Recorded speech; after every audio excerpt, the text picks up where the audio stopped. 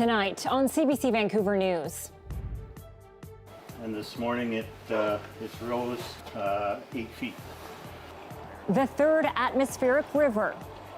Yeah, no, it's never been this bad. The new flooding it's caused and the old it's making worse also. They're finding this system to be crushing to their probably physical well-being.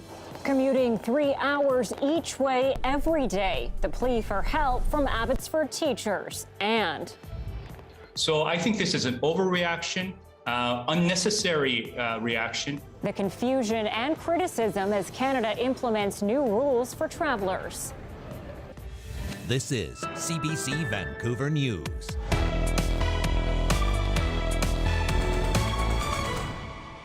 Good evening and thanks for joining us. Well, the rain is finally expected to taper off overnight, but everyone is watching water levels closely, hoping dikes and dams will hold. There's also still a lot of danger, like in the area of Hatzie Lake near Mission. It's usually an idyllic hamlet, but it's the latest to be ravaged by flooding. Belle Perry is there tonight. Belle, tell us how bad it is. It is very wet. What is usually lakefront property is now the lake. This is Benbow Street. It's a cul-de-sac and it's under 8 to 10 inches of water. One of the residents was telling us that he's been measuring the level throughout the afternoon and estimates that it is rising ½ an inch every hour. Now, this is the second time that there has been a flood in this neighborhood, that the water has moved in. Ground floors are flooded, garages are flooded. The water inside homes is at least ankle deep. 3:30 in the morning, I got woken up and it was like, hey, your place is flooded. So then I crawl out of bed and start moving whatever I can move and move the couch up. And there have been sandbagging efforts. This afternoon, the city of Mission dropped off some more sandbags. For residents, it's been a race to beat the rising water. Flooding was expected, but just not to this extent. I mean, we can always play the blame game, but I mean, it's in Mother Nature's hands, essentially. So I think blaming anybody for this isn't really the right path forward. I think we just maybe draw up a plan to help in the future for moving water, and maybe we can avoid the extent of the flooding, but I don't think you can avoid flooding altogether. On the other side of the lake is the Everglades Resort. It's an RV park, about 400 properties. Evacuation orders were issued there yesterday, but given the time of year and that it is a vacation spot, most of the units were empty. But certainly when people come back, they're going to find quite a mess. Well, and the interesting thing, Belle, is that flooding is not really something that's new to Hatzie Lake. So why does it keep happening? Why haven't they figured it out? Well, you know, it's all about water flow, how the water moves down from the mountains into Hatzie Lake and makes its way to Fraser River. And that's where there's a problem. At Highway 7, the water from Hatzie Lake moves through 3 culverts to a slough and then onto the Fraser River.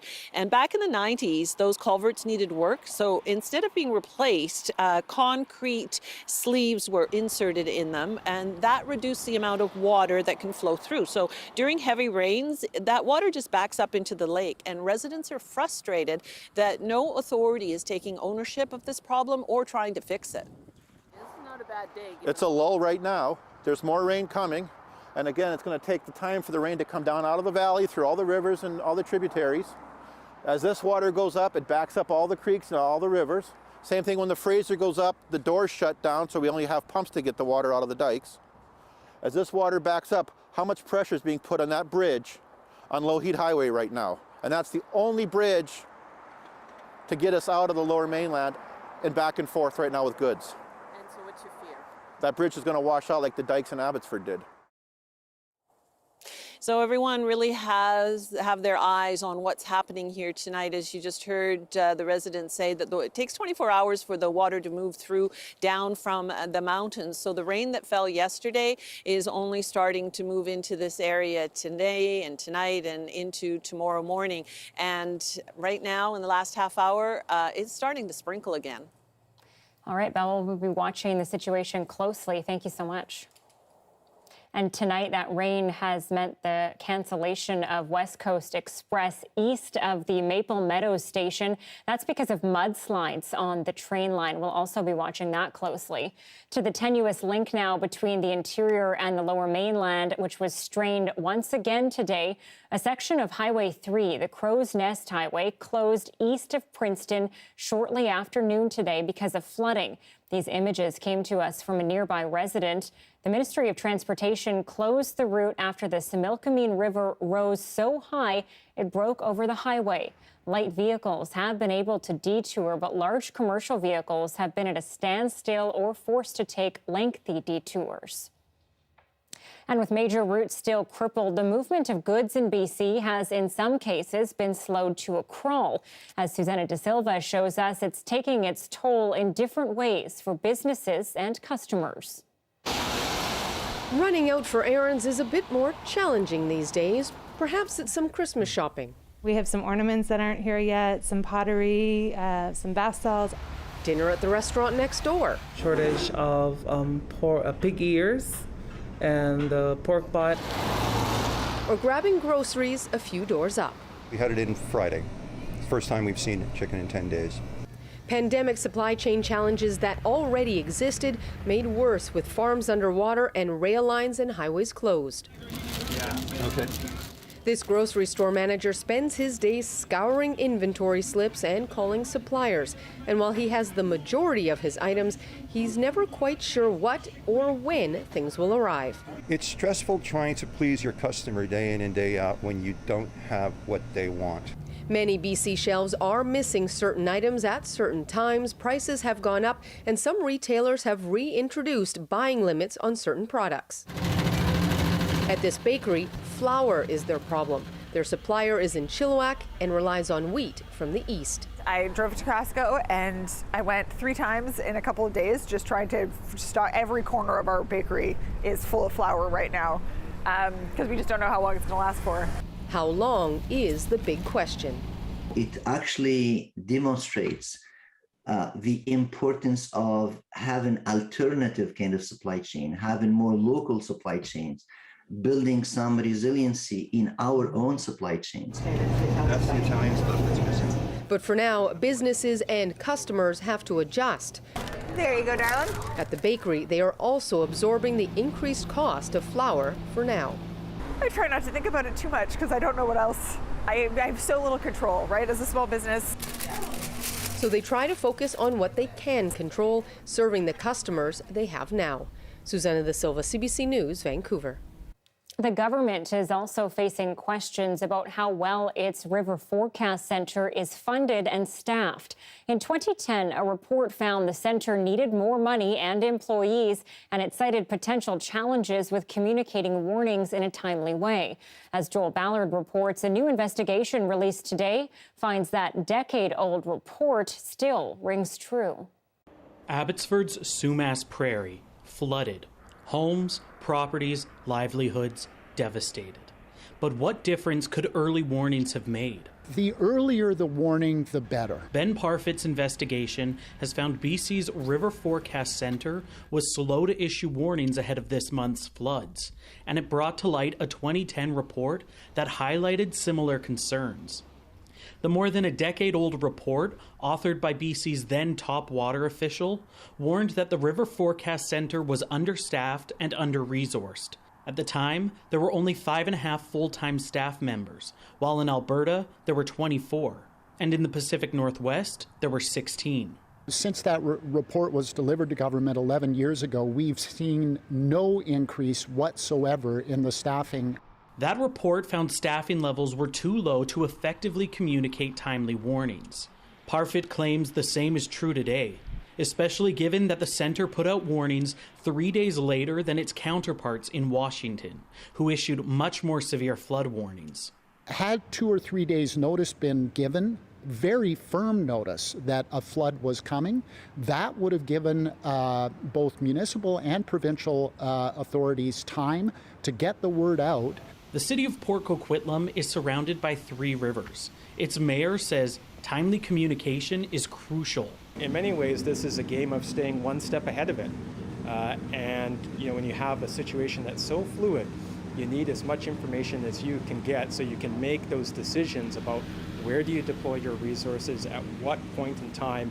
And again, the end goal here is protecting people. BC's public safety minister brushed aside concerns about staffing levels. However, there's been significant changes in terms of technology and the information that they're able to do and work with. I can tell you the River Forecast Centre does an amazing job, and we have incredible individuals who do extraordinary work, and they were absolutely doing their job in alerting communities. However, Farnworth has committed to review this year's flood response, something he says the province does after any emergency. Joel Ballard, CBC News, Port Coquitlam. Meteorologist Johanna Wagstaffe is here now. And Joe, Bell mentioned it's starting to sprinkle again out there in Hatzie. That's happening across Metro Vancouver now. How much longer is this going to last? Anita, yeah, this last atmospheric river is dragging on. This is the last pulse of steady rain coming with the cold front. That's the backside of this atmospheric river. But let me show you what I'm watching on the radar. The cold front sliding down now across the Sunshine Coast, sliding down through the east side of Vancouver Island, and a lot of steady rain is along that cold front. And we're also seeing some gusts up to 50 kilometers per hour across Metro Vancouver. This is going to bring us another 10 to 20 millimeters. And you can see the darker greens, that's the closer to 20 millimeter over the next couple of hours east of Chilliwack out towards Mission, where we're also watching for rising water levels. So even though the rain will end in the next couple of hours, 20 millimeters shouldn't change the game too much when it comes to overland flooding. We're still very much worried about the rising rivers, and that's because of how warm this air mass is. Check out these temperatures. These are afternoon temperatures across the BC interior. Penticton, that is a new national December high temperature record. 22.5 broke the old record that stood in the 1980s in Hamilton, Ontario.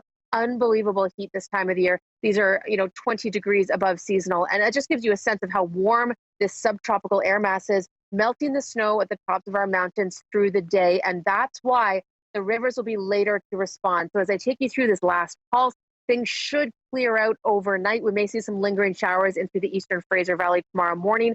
Generally, though, clear skies for Thursday. But Anita, the rivers, especially out towards the eastern Fraser Valley, the Chilliwack River, not expected to peak until possibly later tomorrow afternoon. I'll be watching that closely, as are the people on the ground, I'm sure. And I'll take you to the long-range forecast. Much more positive news in that one. Okay, that is good to hear. We'll talk to you soon, Joe. Thanks. You're welcome. A new stream has emerged at Jericho Park in Vancouver. It's been carved out by overflowing pond water with a meandering path to the ocean. Kids seem to be having a blast in the newly carved river, playing at the beach and taking in the flow of water. The ponds at Jericho, frequently going dry in the hot summers, now overflowing into the ocean. Streams and rivers used to flow through the Jericho area and down into the ocean. Some at the beach today are pleased to see nature reclaiming the land. Nature knows where it belongs, right? And eventually it comes back to the way it was. It's, I think it's an important lesson too around climate adaptation and how we can be resilient. So if we're able to understand what the original water courses were or how water traditionally moved through the landscape, then we can adapt and make sure that we can create that space. And the Parks Board officials say they are fascinated by the natural event and that there are no immediate plans to fill in the new waterway. They're going to see what opportunities and benefits it presents into the future. And they say with climate change, adaptation is required.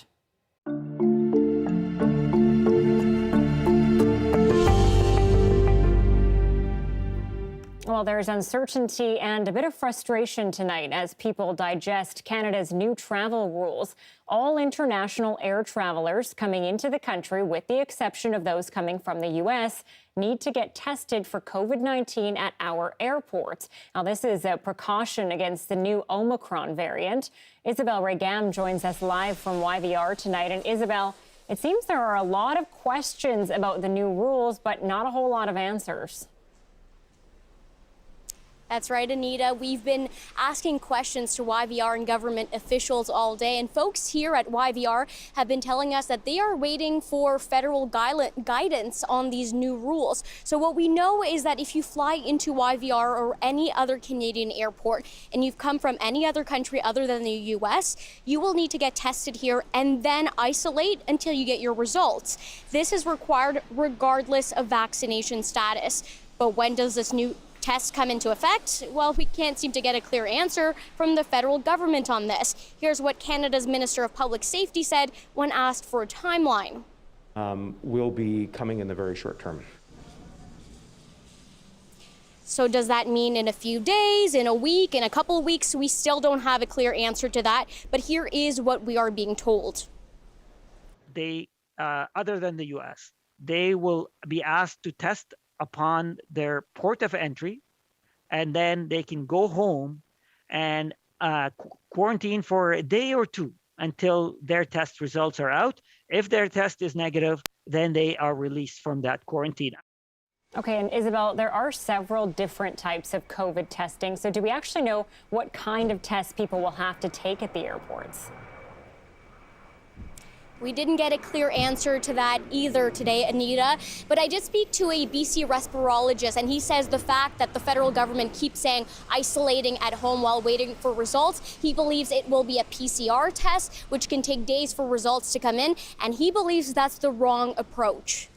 Especially for passengers who already had PCR testing, within 3 days of departure, it just doesn't make sense. So I think this is an overreaction. Unnecessary reaction. But I think, if we implement a rapid antigen test, we can keep Canadians safe and still have travelers moving in and out of Canada. Now, he would like to see those rapid tests used with this new rule, which provides test results within 15 to 20 minutes. And just a few hours ago in this evening, we did get a response from YVR, a statement saying that we're currently collaborating with the government on the best way to implement these changes at YVR, recognizing that a combination of on-site and off-airport testing must be considered to accommodate the volume of tests contemplated. Still, Anita, still no timeline, no clear idea on how this testing will work. And another question is, who pays for this additional test? Will it be the traveler? Will it be the government? Still many unanswered questions, Anita. Yeah, it's definitely confusing, and a lot of people reaching out to us here trying to get those answers, and we will have them as soon as we can. Thanks, Isabel. And 375 British Columbians have tested positive for COVID-19 since yesterday. 7 more people have died. We also have the latest numbers from the province's vaccination campaign for kids aged 5 to 11. More than 4,000 kids in that age group have now received a shot. So far, more than 120,000 kids have been registered. And with that age group included, the number of eligible people who have received 1 dose is inching towards 85%. While the latest COVID concerns center on the Omicron variant, Island Health says it's still dealing with the 4th wave.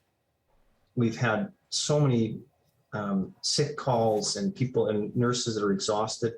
At one point last weekend, each of our wards had only 1 RN on them because people had called in sick. They're tired. He's urging people to be cautious during holiday gatherings. Active cases in the South and Central Island have been relatively stable over the past week, but have more than doubled in the island's north. A U.S. man has been arrested south of the border, accused of luring a 14-year-old child from Surrey. A warning, this story does have upsetting details. A joint investigation between the RCMP and Homeland Security led to the arrest of a 35-year-old man in California.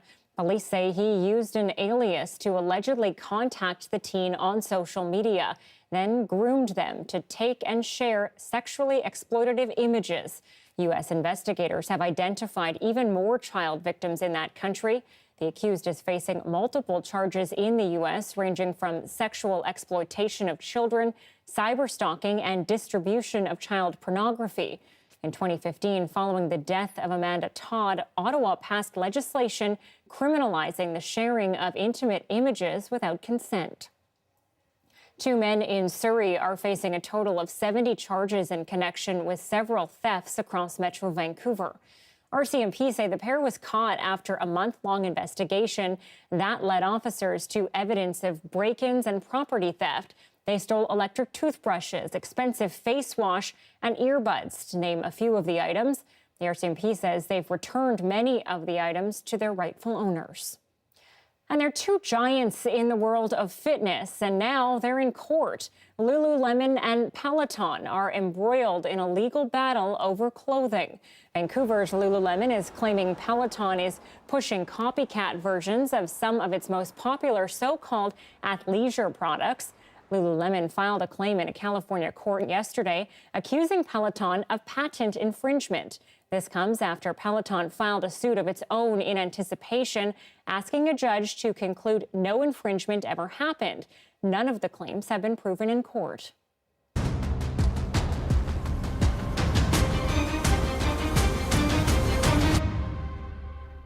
With many roads in parts of the Fraser Valley closed for non-essential travel and Highway 1 shut down altogether, more than 100 Abbotsford teachers who live in Chilliwack are finding themselves going through all sorts of hoops just to get to work each day. Tonight, I'm speaking with Abbotsford Teachers Union President Doug Smulland. Thanks for being with us. Thanks for having me. Doug, these teachers can't go through the roadblocks because although they do need to go to work, they're not actually considered essential. So we know the district has hired these charter buses to get them in and out of the city. Tell us about how that's working and what they have to go through. Yeah, it's a solution, I suppose, given the conditions, but the teachers are not happy with the situation. They're leaving Chilliwack quite early in the morning. These trips have taken 3 hours approximately each way. So that's adding 6, and in some cases 8 hours to their workday. The charter bus picks them up in Chilliwack and then drops them at one of 2 locations in Abbotsford. So not necessarily their own schools. So then teachers are tasked with finding transportation from the bus drop-off location to their own schools.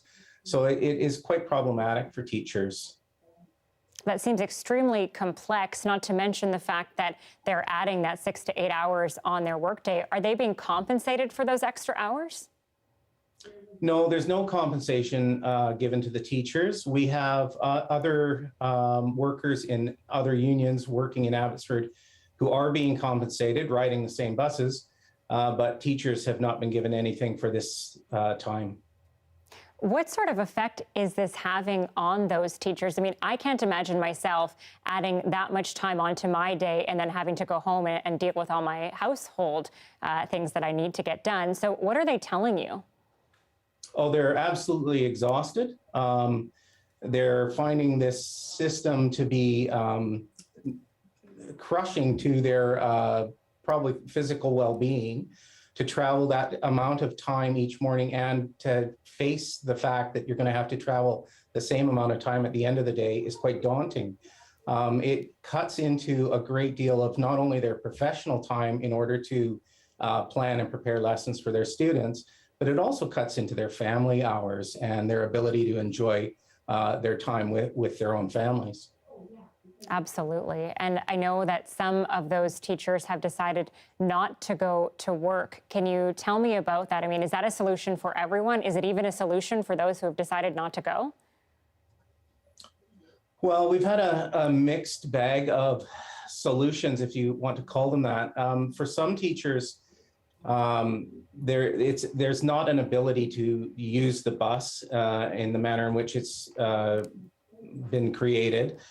They obviously can't drive themselves, and so they've been told by the district they need to apply for unpaid leaves if they're unable to attend their work sites. The district is reviewing those requests for leaves to see if they would continue to pay those teachers. What will happen going forward is still problematic and undecided. There was a plan underway over the weekend to see that Abbotsford teachers who lived in Chilliwack would be able, while the highway was closed, to work in Chilliwack rather than Abbotsford, and vice versa. with the Chilliwack teachers working in Abbotsford. But that deal at the moment has fallen through. And so we're left with the understanding that teachers are expected to attend to their work sites, and that if they are unable to do so, they will have to apply for some form of leave, and it may or may not be approved with pay. A frustrating situation for many. Doug Smelland is the president of the Abbotsford Teachers Union. Thank you. And we have just received comment from the Abbotsford School District on this. It says it is offering to help. Among the options, 5 days of special leave with pay for employees living in Chilliwack impacted by flooding, Highway number 1 closures, and personal emergencies. But many may have already taken that 5 days of leave. It's also offering ongoing special leave with pay for personal emergencies as approved by HR, virtual learning options to let some employees work from home, and district-organized hotel rooms for employees who do not want to commute from Chilliwack every day. The district says it's also allowing their non-instructional day or Pro-D day to be used for flood relief volunteering. It's at the end of legal abortion in parts of the U.S. Why members of the Supreme Court seem to be leaning towards restrictions. That's next.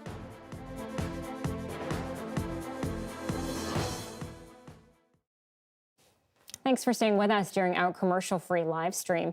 The mudslides here in BC are a reminder of what could go wrong when you're on a road trip. A Saskatoon woman is prepared for almost anything. Rebecca Bassett teaches first aid and opened her trunk to show us what she keeps on hand when she's on the road.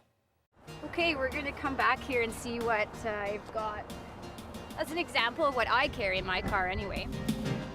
So a thing to note is I'm very lucky that I have all of my storage space under my vehicle. So I'm lucky that I can carry this stuff. We always have that customary sleeping bag. I've got a bag of extra clothes. I'm lucky enough to leave this in here. This is a down jacket and rain pants. You know, we have the roadside stuff. People don't think about it, but you know, throwing a safety vest or something that's reflective in there that you can put on if you're on the side of the roadway. I have little beacons. Whether it's something that, oh, they do work too. I have to test those every year. Good to pick them up so that you are more visible. Tarps. I can't say enough about having tarps.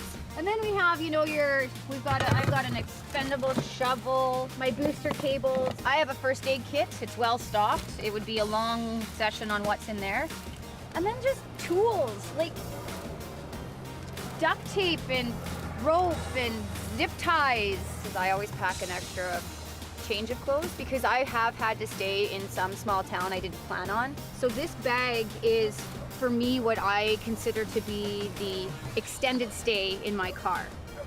And I'm not talking days, but I am certainly talking hours or potentially overnight. So when I go through it, you know, the creature comforts of what is in here are things that I want. As you can tell, it's mostly chocolate. So this, it may seem like a lot, but I do believe if you're wise about it, you can make your own and fit it into a duffel bag that size. An empty duffel bag like this would fit most of that stuff. So I challenge people, honestly, is it just takes effort. It takes time to do, and you have to think about the what if, and you only have excuses if you're caught off guard and don't have stuff. That's my car.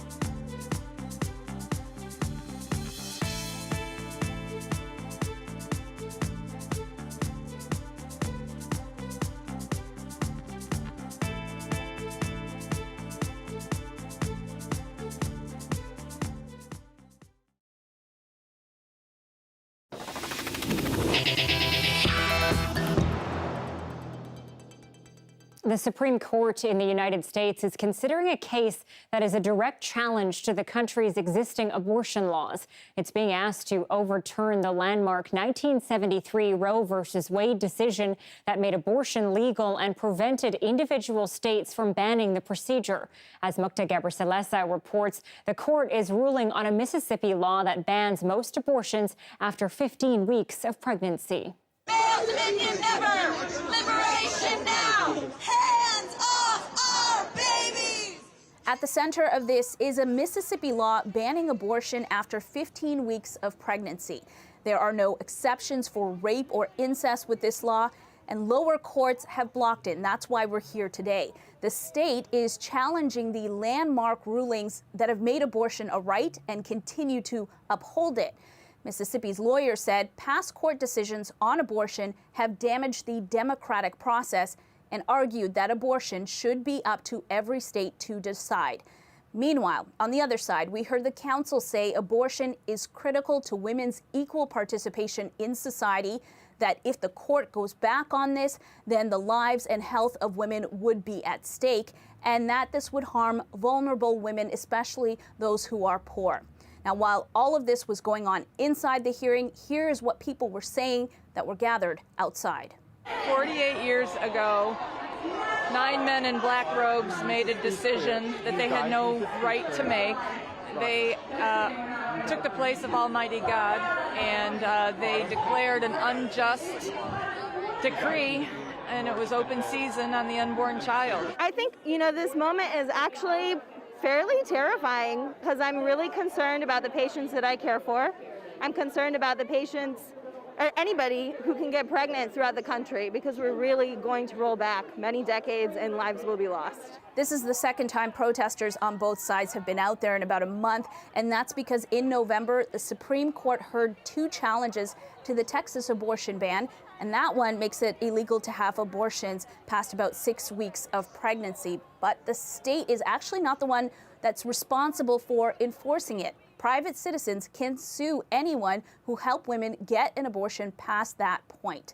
So abortion providers and the Justice Department have challenged that one, and it's going to be a while before we hear any decisions on any of these cases, possibly June of next year. Mukta Gebrselassie, CBC News, Washington.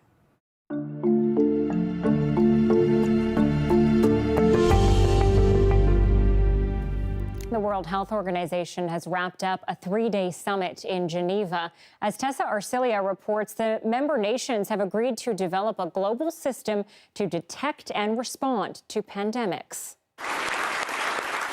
The almost 200 countries of the World Health Organization agreed today to start work on a global pandemic preparedness plan in dealing with future pandemics. So this could include sharing of intellectual property and patents and vaccines and drugs, sharing knowledge and genome sequencing, which is useful in identifying variants, as well as dealing with the inequity that we see in vaccine distribution, for example. As of today, more than 20 countries have detected the Omicron variant in their countries. An interesting development, Nigeria said that in samples taken in October, it seems that they have detected the Omicron variant. Now, this is important because South Africa only alerted and reported the Omicron variant to the WHO on the 24th of November. And since then, travel bans have been imposed against South Africa and several other countries in that region. So it does seem like the Omicron variant was already in circulation even before South Africa had detected it, and they felt penalized for having done so. Blanket travel bans will not prevent the international spread of Omicron, and they place a heavy burden on lives and livelihoods. We call on all countries to take rational, proportional risk reduction measures in keeping with international health regulations. That said, more countries today added to the list of those tightening their border rules. Malaysia, Vietnam, Japan, all trying to have stricter controls of letting people into their countries, especially coming from regions where there are Omicron variants identified. Here in the UK, the Health Secretary Sajid Javid says there's no need as of yet to change Christmas party plans, but he did say people should go get their booster shots. Tessa Arcilia, CBC News, London. And the virus that causes COVID-19 has been found in 3 white-tailed deer in Quebec's eastern townships.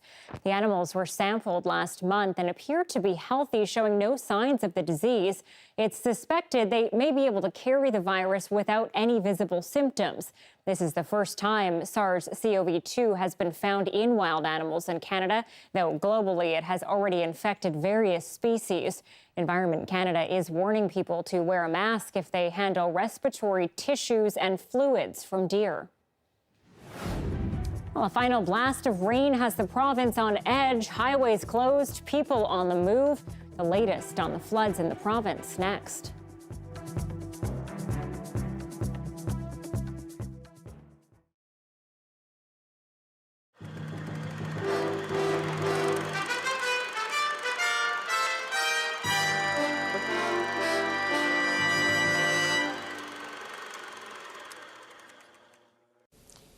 Now for a lady, no mean singer herself, who says her famous singing grandson couldn't sing a note.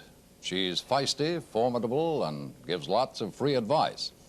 While our reporter Cal Barton doesn't normally give away a lady's age, he invites us to join her now on a very special occasion. Happy birthday to you. Happy birthday, dear Grandma. Happy birthday to you. Meet Nora Hendrix, full of humor, full of character, and clear as a bell on her 99th birthday. And that's what this is all about, a very special party for a very special woman. More than 150 friends and relatives are here to celebrate. To them, Nora is known for her lasting youthful spirit. But to many others, she's known as the grandmother of former rock star Jimi Hendrix.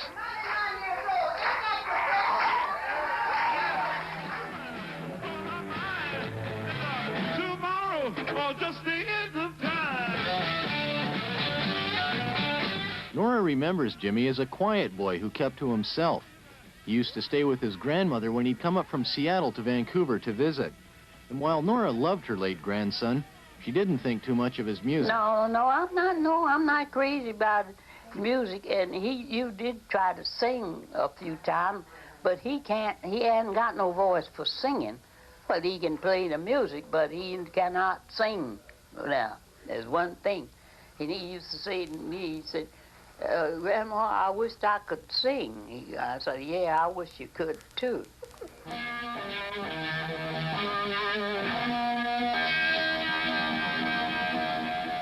While Jimmy's music didn't do much for Nora's ears, it did bring her some recognition as Jimi Hendrix's grandmother. But it's a claim to fame that's never really bothered or overexcited her. I guess I'm maybe a kind of funny person. I don't know. Just maybe it's just me funny. This old guy said, she's funny that way, way the song goes. She's funny that way. Nora was born in Knoxville, Tennessee in 1883. She married her late husband Ross in Seattle, and the two of them came to Vancouver in 1911. After that, they had 4 children, all of them born and raised here. And today, after 99 years of living, Nora says the key to her life has been a simple set of rules. Just try to be good and get along as you can with people. Do your part and let the other fella do his. If he don't do just right, well, you can't help it. You know what's right from wrong, well, try to live it as much as you can. Keep your temper down as long as you can. Oh, don't worry.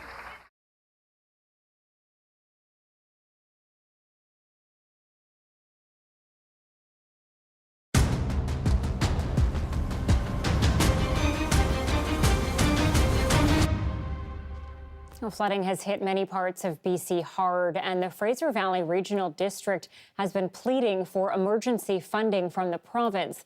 The public safety minister, though, is defending his government and says they are talking with the district. We've been working with communities right across the province to ensure that they are getting the resources, the funding that they need. And we have seen numerous examples of how that has been working right across the province. I can also tell you that local government does have authority to undertake emergency repairs. You do not have to get the approval of the province to rent or to get a backhoe. Farnworth says 36 funding requests were approved since extreme flooding first hit more than 2 weeks ago, but it's not clear how many requests were actually made. The regional district includes hard-hit areas of Abbotsford, Chilliwack, and Hope. The district chairperson says they're limited in where they can spend the money. In a statement, James Lum says there are homes still at imminent risk and proceeding with work without provincial authorization, with the risk of having expenses turned down, would add insult to injury to people who have already lost their homes and would later have to be taxed for the repair bill. And with rain expected to taper off overnight, there is some relief in sight for flood watchers. But as Renee Filipponi tells us, snowmelt caused by an unusually warm day means this storm's full impact is yet to be determined. It's constant work for Dave Smith to protect his home in Mission as the lake level off his backyard keeps rising. And this morning it's rose 8 feet off the sidewalk there. He's managed to keep the water out, but just, and it's nerve-wracking. I put the sandbags and plastic on and then I just pump it out and it maintains it. Not far on Hatzie Island, an entire mobile home park has been evacuated as the rising river flooded trailers. There's more rain coming, and again, it's going to take the time for the rain to come down out of the valley through all the rivers and all the tributaries. The latest atmospheric river created major delays on Highway 7 after a landslide early in the day. This is the same stretch of highway where hundreds were trapped between two slides in the first storm. It was eventually cleared, but not without damage. There's a lot of water coming over the road and potholes everywhere, cars on both sides of the road missing tires. And hence the reason I'm parked here now. I've got bent rims. This is supposed to be the highway. And more flooding forced the closure of Highway 3 near Princeton, an essential link between the Lower Mainland and the rest of Canada. Residents blame a dike damaged in the last flood that hasn't been repaired. We shouldn't be shocked because this is the second time we've been hit in 2 weeks, but we thought we would be good. Take care. In Abbotsford, police continue to control access to evacuated areas and say the next 24 hours are critical. And it'll really depend on how high the Sumas River rises, or if it maintains the height that it's at and goes to the Fraser, we're in good shape. Along with record rainfall in places like Abbotsford, it's also been warm. Even though it may not be actively raining, there is a lot of rainwater and snowmelt that is still making its way down from the mountains.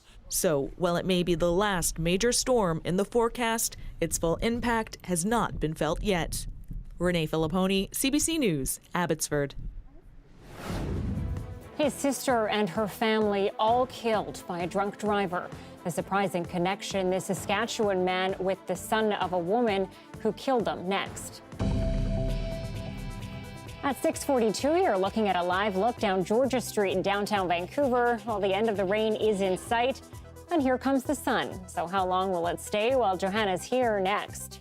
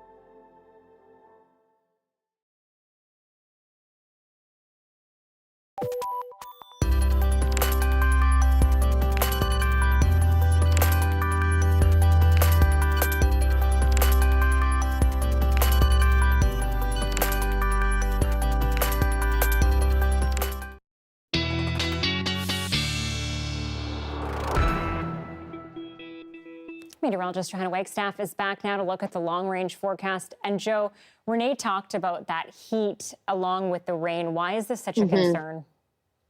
Anita, we're seeing that heat at the tops of our mountains because there's a bit of a lag between when the rain that is ending now and when the heat that will end in the next 12 hours. That means rivers are responding much later and cresting much later, even after this rain falls. So we are looking at many of our eastern Fraser Valley rivers through to Merritt cresting tomorrow afternoon. Not looking to see any height close to what we saw November 13th to 15th, but different rivers peaking than what we saw over the weekend. So definitely still keeping an eye on all of that melting snow. And it's earlier in the year, so the snowpack is thinner and more easily meltable. Let me show you the current cold front, because this is the end to the rain. It is just beginning to really make its way down across Metro Vancouver and the Fraser Valley. That cold front will bring another 20 or so millimeters, and we might see lingering showers through the morning and through the eastern Fraser Valley out towards Chilliwack. Here's 7 a.m. tomorrow morning.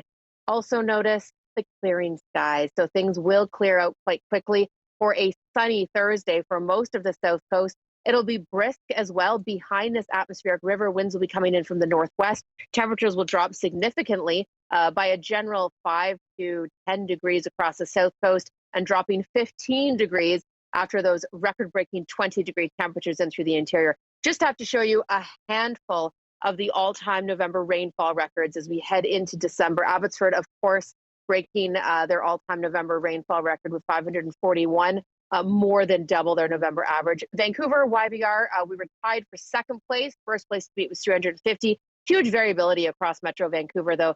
We've already seen more than double that in parts of the North Shore. Victoria, third place at 316, and also breaking records for places like Nanaimo and Tofino. It has been a very wet November and a very wet meteorological fall. It is the first meteorological day of winter. I know it's not official, but look at those temperatures across the interior. -1 in through Williams Lake, 8 in through Kelowna after hitting an 18 today. That cold front returning temperatures back to seasonal. We'll notice that tomorrow with a 7. Maybe I'm being a bit hopeful with the sun icon on Friday, but we'll see some of it. Showers return Saturday into Sunday. But again, Anita, nothing like what we've seen. This is a good start to December. That is great. And I think people are really hoping that this is the beginning of the end of all of this, Joe. So I think you're right. Thank you. You're welcome. Now, this next story is about how the lives of 2 men have been changed forever. First by a tragedy, and then by a friendship that stemmed from it. Almost 6 years after a young family was killed in a drunk driving crash north of Saskatoon, the brother of one of the victims made the difficult decision to forgive the drunk driver. And as Bonnie Allen reports, it forged a surprising bond. Chad Miro finds it peaceful here, a quiet spot to remember his family. His sister, Shanda Vandervorst, her husband, Jordan, and their 2 small children, Cameron and Maguire. The family of 4 wiped out in a drunk driving crash in January 2016. But Miro wasn't always at peace. Initially, when it all happened, it's just shock. No idea how to carry on from one day to the next, or how to even put one foot in front of the other. He was consumed by grief and anger toward the drunk driver, Catherine McKay. The 49-year-old woman drove with a blood alcohol level 3 times the legal limit, blew through a stop sign, and killed the Vandervorst family. She was sentenced to 9 years in prison. At some point, it becomes, there is no way to make sense of it. So what's next? Because this is going to consume me. This is going to eat me alive if I stay in anger and rage and disappointment. At the same time Miro was struggling, so too was Catherine McKay's son, Spencer Michael. People threatening my life, my children's lives, wishing that we would be in a car accident. Michael was angry with his mother too. I felt so destroyed and so heartbroken by what my mom had done. Chad Miro found a way to climb out of his own darkness. He describes his journey in a new book. Miro says personal development courses helped him to release his anger. He also reached out to Catherine McKay's adult children on social media. I remember the last line in my message was, I hope, my hurting and healing heart finds your hurting and healing heart. Now Muro and Spencer Michael are so close, they consider each other to be family. I see Chad like an older brother.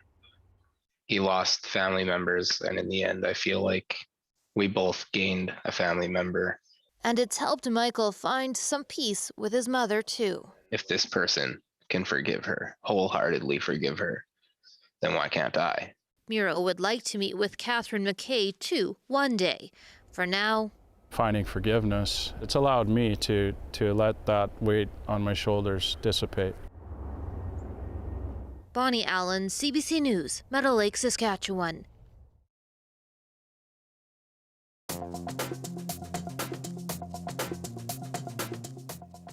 Two friends, recent arrivals from Syria, combine their talents to bring a taste of home to the north. How a Syrian restaurant came to be in the Northwest Territories. That's next.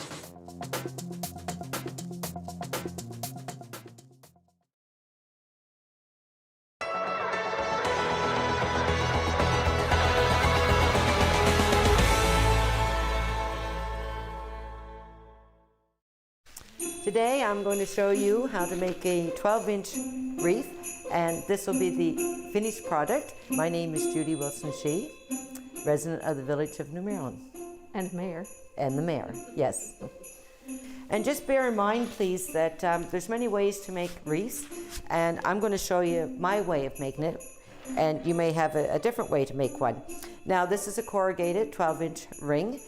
I've been doing it for 33 years. For supplies, first of all, you need the wire, and this is 23 gauge wire. You need the corrugated rings. Oh, you could use a coat hanger. So that's what you need is your tips, your wire, and your ring. I like working with my hands. It's really a relaxing time for me. So I wrap the wire around a few times, and I wear my gloves because it's hard on the hands. Well, we started when I was a volunteer in the Recreation Committee, and the Recreation Coordinator at the time, Janet, she asked if we could do a wreath seminar. But unfortunately, last year, we couldn't have it because of COVID. The year before, there was no tips. And this year, there's no tips, so we can't do the seminar. So you start out, and you take your tips, you break it down, and you use everything. And then you put it on the ring, and you pull towards you, and you pull tight, and I flip it. You don't have to flip it, but I always flipped it. I like to know where that next piece is going. People want them, and sometimes we just can't keep up with the demand. If you don't have the tips, you can't produce. It's all how you break them down, too. See, I'm using everything. Hide that in behind. And you move an inch or so, and right where my index finger is, that's where the wire goes. Pull it tight, and away you go. And I was at the bank one day, and the guy said, I smell Christmas trees. I said, that's me. He said, we'll take 4. And then he went around the office, and I think I sewed 10 in there. Well, we're almost there. See, people have a hard time tying off, especially if it's the first time they're doing it. There, she's done. Now, to tie off, I bring it forward, I put it underneath, and again, it's by feel. Bring the wire up. You've got a loop here. Bring it through.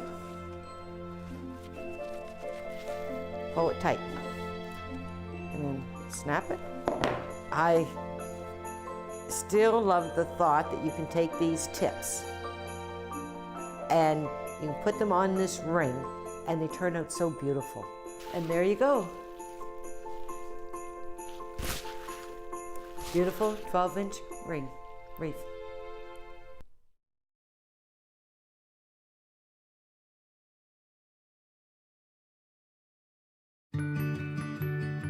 Let's make the season kind at CBC British Columbia's Food Bank Day.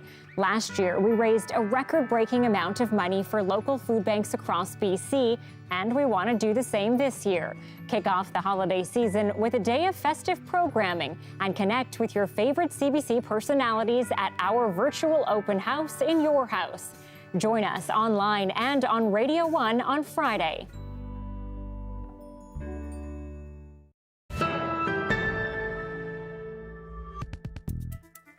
Nine new puppies up for adoption almost didn't make it to the shelter after floodwaters cut off the only road out of town. A family from a remote community hours away from Squamish weren't planning on hitting the worst rains in a century when they wanted to get their soggy doggies to the nearest shelter for adoption. The only way was washed out. Thankfully, the road was reopened temporarily and BCSPCA officers were able to make the 9-hour return trip to bring the puppies to safety. Now the litter will be in the care of the Sea to Sky SPCA until they're ready for adoption. Those are adorable. Glad they're safe and sound now. Okay, it's not the first place you'd expect to find a Syrian restaurant. So why did these two refugees set up shop in Yellowknife, and how's it going?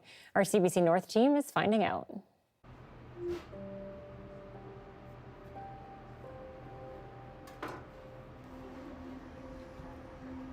Whatever he makes, it tastes good. So, yeah. That's what brings us together, and we got the idea of making a restaurant, and I was like, okay, let's go for it. It's been like 4 months of preparation, and here we are. Today we got a restaurant. Mustafa, we've worked together for more than 2 years at a store downtown here.